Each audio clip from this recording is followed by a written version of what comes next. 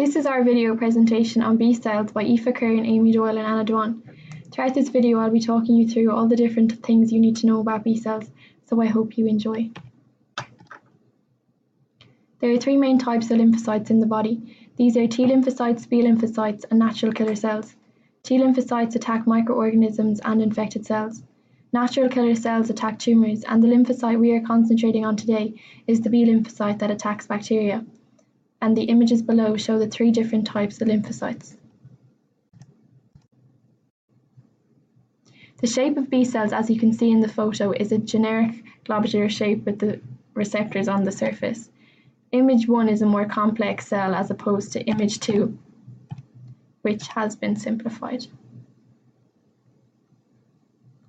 The location of the B cells in the body before birth is in the fetal liver, but as we grow and develop, the B cells are located in the bone marrow. The cells transfer to the spleen and other secondary lymphoid tissue where they develop and differentiate into immunocompetent B cells. As you can see in the picture here, there is healthy bone marrow and unhealthy bone marrow, and in both we can see the role that the B cells play. So in the healthy bone marrow, we have the cells fighting infection by producing antibodies, but in the unhealthy bone marrow, we don't have the B cells carrying out their function. Immunoglobulins, also known as antibodies, are glycoprotein molecules produced by white blood cells. They act as a critical part of the immune response by precisely recognizing and binding to antigens, such as bacteria or viruses, and assisting in their destruction. Membrane-bound antibodies on the B cell surface serve as the cell's receptor for antigen and is known as the B cell receptor. Immunoglobulin of the same antigen specificity is secreted as antibody by terminally differentiated B cells, the plasma cells. The receptor's binding moiety is composed of membrane-bound antibody that, like all antibodies, have a unique and randomly determined anti-binding site.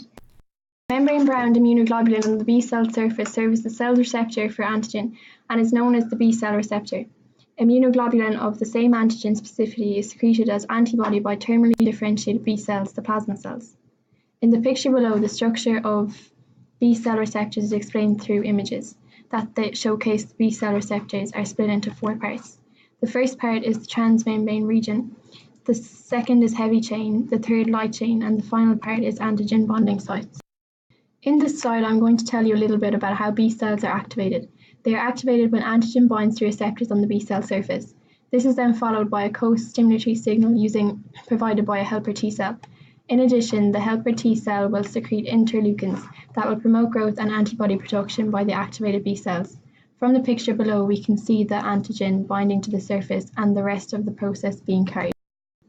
So this slide is just a basic overview of the function of B cells in the body. They make important molecules called antibodies.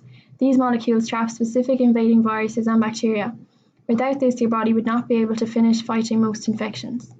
The first antibodies made by a newly formed B cell are not secreted. Instead, they are inserted into the plasma membrane where they serve as receptors for antigen.